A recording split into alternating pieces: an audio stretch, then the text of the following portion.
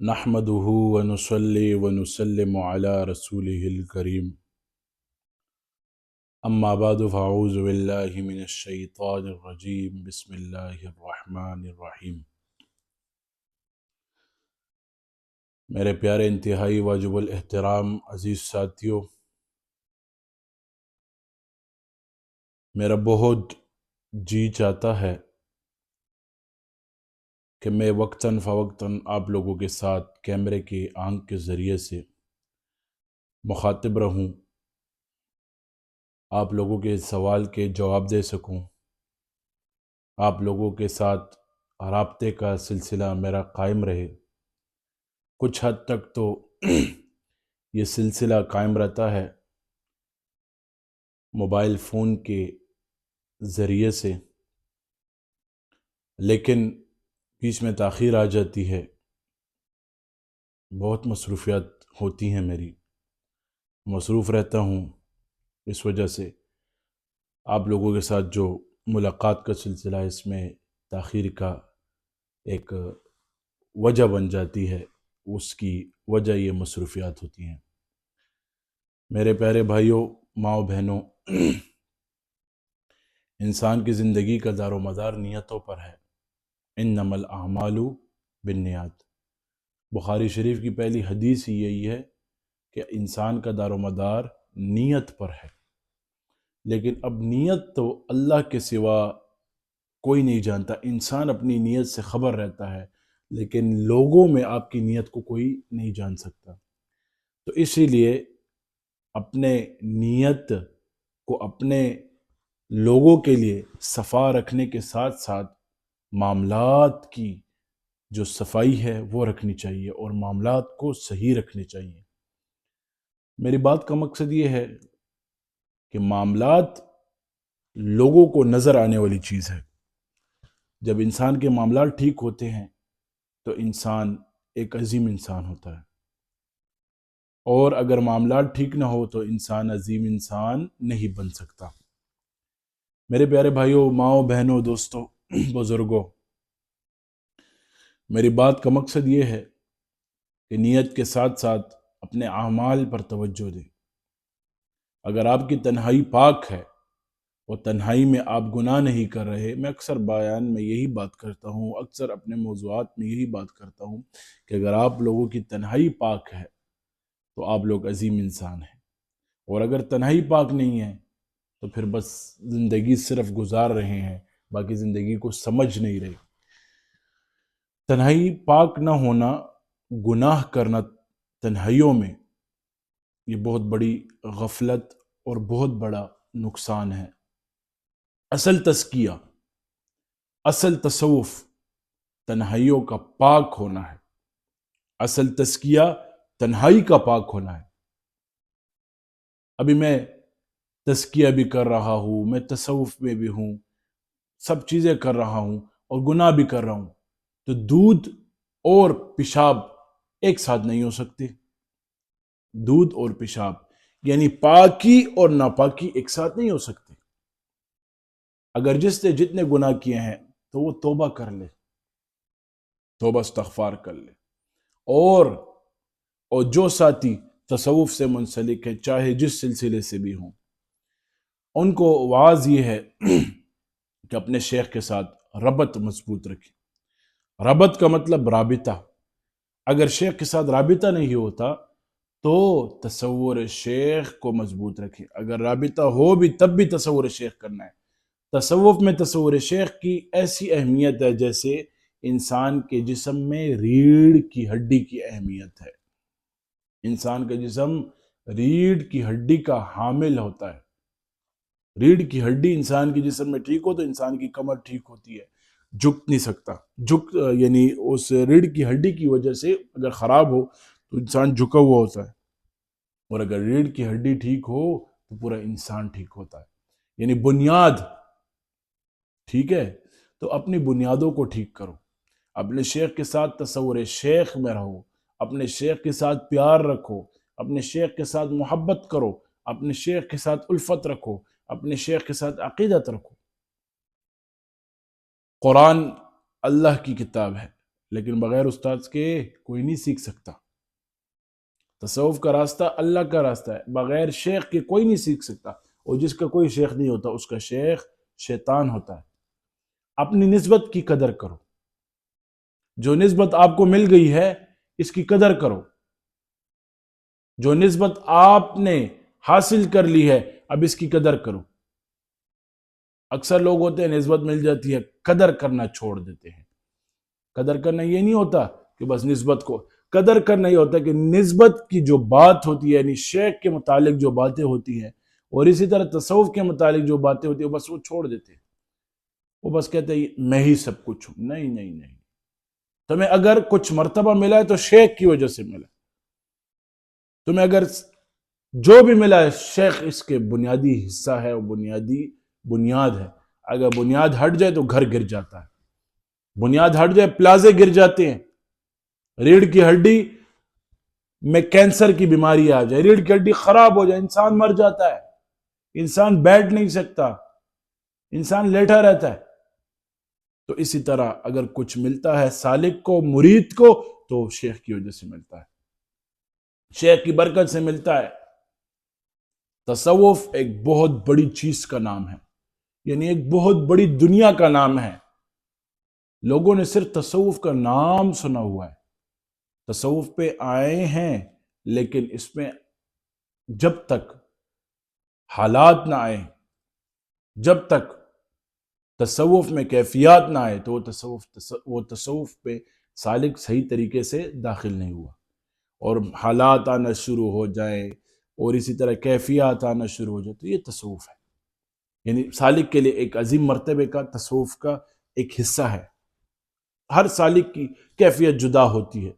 اسی طرح اس سالک پہ امتحان آتا ہے. لازم بات ہے جب انسان ایک بندے سے محبت کرتا ہے، ایک بندے کے قریب جاتا ہے، عشق کرتا ہے، تو وہ اس کا امتحان لیتا ہے. تو اسی طرح جب اللہ تعالیٰ سے ایک بندہ محبت کرتا ہے، قرب الہی اختیار کرتا ہے، تو اس میں اللہ رب العالمین اپنے بندے کو آزماتا ہے کہ میرا بندہ کیا کرے گا. تو یہ تصوف کا راستہ اللہ کا راستہ ہے. ہم لوگوں کو اللہ سے جوڑتے ہیں، ہم لوگوں کو اللہ سے جوڑتے ہیں. ہم اپنی ذات سے کسی کو نہیں جوڑتے، ہم کہتے ہیں اللہ سے جوڑ جاؤ.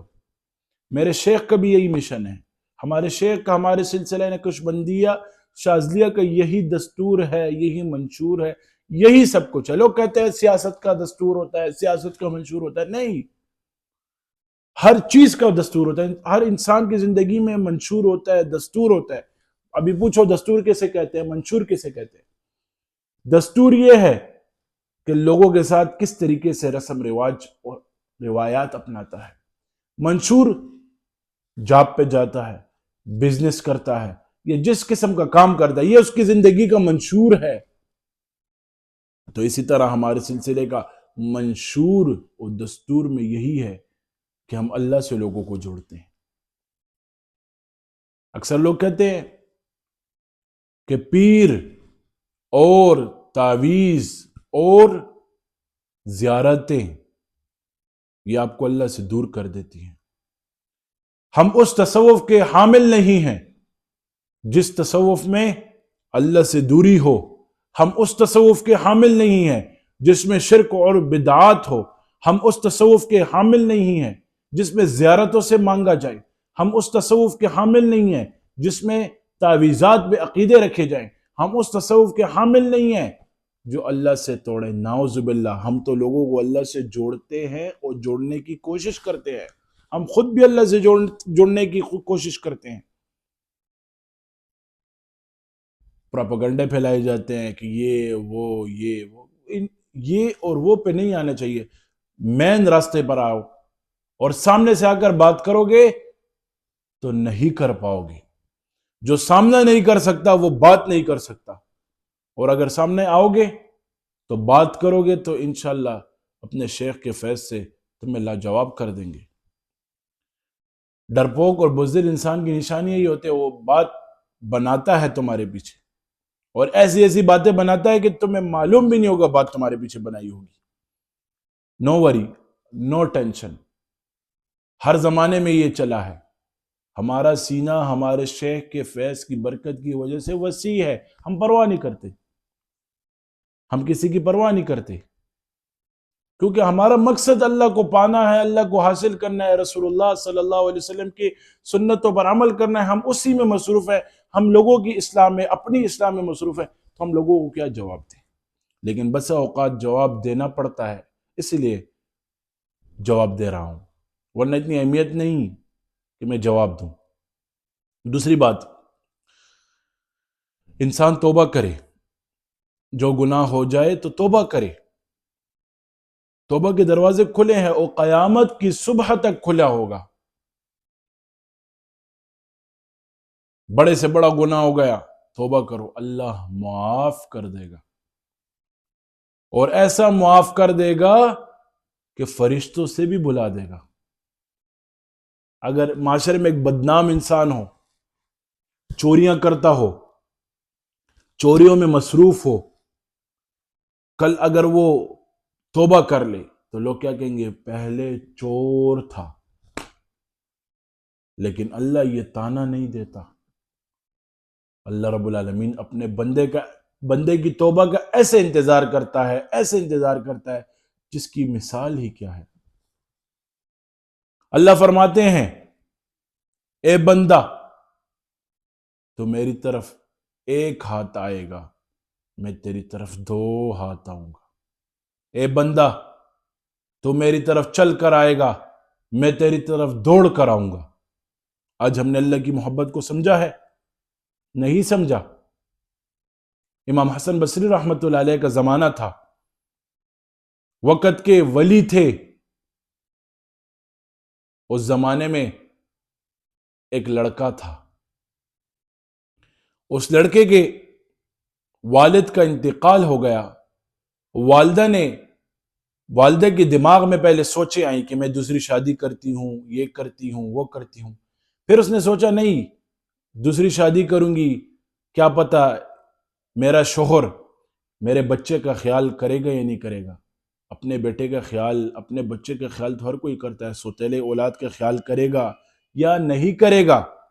اس نیت سے اس عورت نے اپنی جوانی گوا دی اپنے بیٹے کی خاطر، جوانی کی قربانی دے دی اپنے بیٹے کی خاطر، جوانی کو ختم کر دیا اپنے بیٹے کی خاطر، بچے کا مستقبل کی خاطر، بیٹے کے ہر قسم کی پرورش کی خاطر۔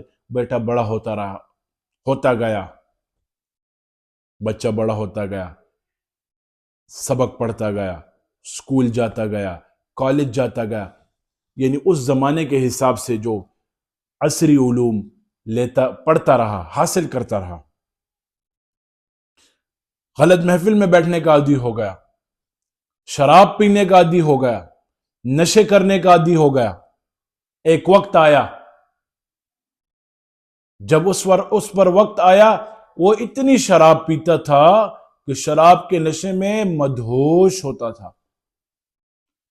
پھر اسی شراب کے نشے نے اس کے پھیپڑوں کو تباہ و برباد کر دیا۔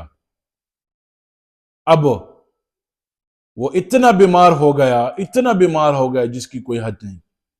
ایک دن والدہ کو بلایا، والدہ کو کہا، اے امی جی میری بات سنیں۔ والدہ نے کہا، جی بیٹا۔ کہا، مجھے لگتا ہے میرا آخری وقت ہے، امام حسن بصری رحمت اللہ علیہ کو کہو میرا جنازہ پڑھائے جب میں مر جاؤں۔ تو ظہر کا وقت تھا، بزرگ اکثر کیلولہ فرماتے ہیں ہمارے بزرگ۔ تو اس کی والدہ نکلی گھر سے، امام حسن بصری رحمت اللہ علیہ کا دروازہ کھٹکھٹایا، تو امام حسن بصری رحمت اللہ علیہ نے کیلولہ سے آرام فرما رہے تھے۔ کیلولہ آرام کو کہتے ہیں، ظہر کو اکثر بزرگان دین کھانا کھا کے کیلولہ فرماتے ہیں، سنت رسول ہے۔ تو آرام سے اٹھے اور فرمایا، جی، پردہ لگا کر بات کی۔ تو اس نے کہا، میرے بیٹے کو نصیحت کیجئے۔ اس نے یہ کہا کہ میں مر جاؤں تو میرا جنازہ حسن بصری پڑھائے۔ تو امام حسن بصری رحمت اللہ علیہ غصہ ہو گئے اور کہا، جاؤ، آپ کا بیٹا نہیں سمجھتا نصیحت پر۔ کیا آپ کا بیٹا نہیں سمجھتا نصیحت پر، اس کو میں نے بہت سمجھایا، یہ نہیں سمجھا، جاؤ میرا آرام خراب ہو گیا، میں سمجھو آپ کسی ضروری بات سے آئی تھی۔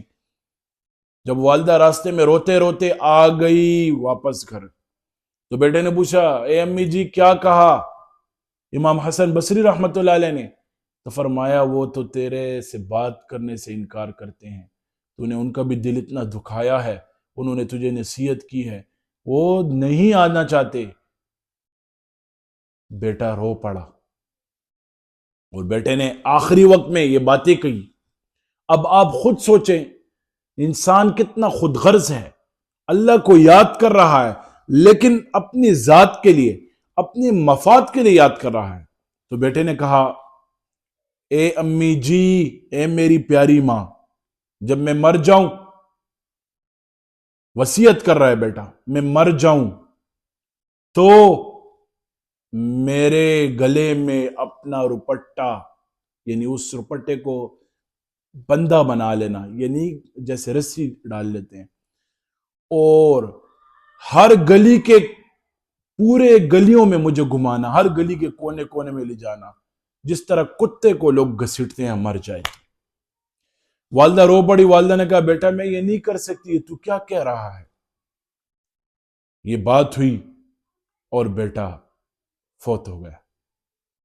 یعنی اس نے اپنے دل کے اندر ندامت کا احساس کر لیا، اپنی زندگی کے آخری لمحات میں، پوری زندگی شراب پینے والا، پوری زندگی گناہ کرنے والا، پوری زندگی لوگ اس سے تنگ تھے، آخری وقت میں اس کو اللہ کی یاد نے ستا لیا، اس نے وقت کے امام کی طرف توجہ کر دی اور یہ بات کر دی اور جان دے دی۔ اب اس کی والدہ رو رہی ہے، رو رہی ہے، رو رہی ہے، دستک، دروازے کی دستک کھٹکی، ٹک ٹک ٹک۔ جب والدہ نے دروازہ کھولا اس بچے کی، تو دیکھا دروازے پر وقت کا امام حسن بصری رحمت اللہ علیہ کھڑے ہوئے۔ تو والدہ دیکھ کے حیران ہو گئی، تو کہا، آپ کا کیسے آنا ہوا؟ کہا، میں کیلولہ کر رہا تھا اور تھوڑا سو گیا، خواب آیا کہ اے امام بصری، تو نے میرے ولی کے جنازے پڑھانے سے انکار کر دیا، اس سے ملنے سے انکار کر دیا، جا اس کا جنازہ پڑھا۔ اللہ اکبر۔ اس نے آخری لمحات میں توبہ کی، اور توبہ کے الفاظ جو اس نے اپنی والدہ کے ساتھ باتیں کی، اللہ نے اس کو اپنے ولیوں کی صف میں شامل کر دیا۔ تو اللہ تو غفور الرحیم ذات ہے، مہربان ذات ہے، کریم ذات ہے۔ ہم لوگوں کے عیب دیکھ کر لوگوں میں اچھالتے ہیں، ہم لوگوں کی برائیاں دیکھ کر معاشرے میں اچھالتے ہیں، ہم لوگوں کی کچھ غلط کام دیکھ کر محفلوں میں غیبتیں کرتے ہیں۔ آپ کو کیا پتا کہ اس کا اللہ کے ساتھ اپنا پرسنل میں، اپنا تنہائیوں میں کون سا قسم کا رابطہ ہوگا،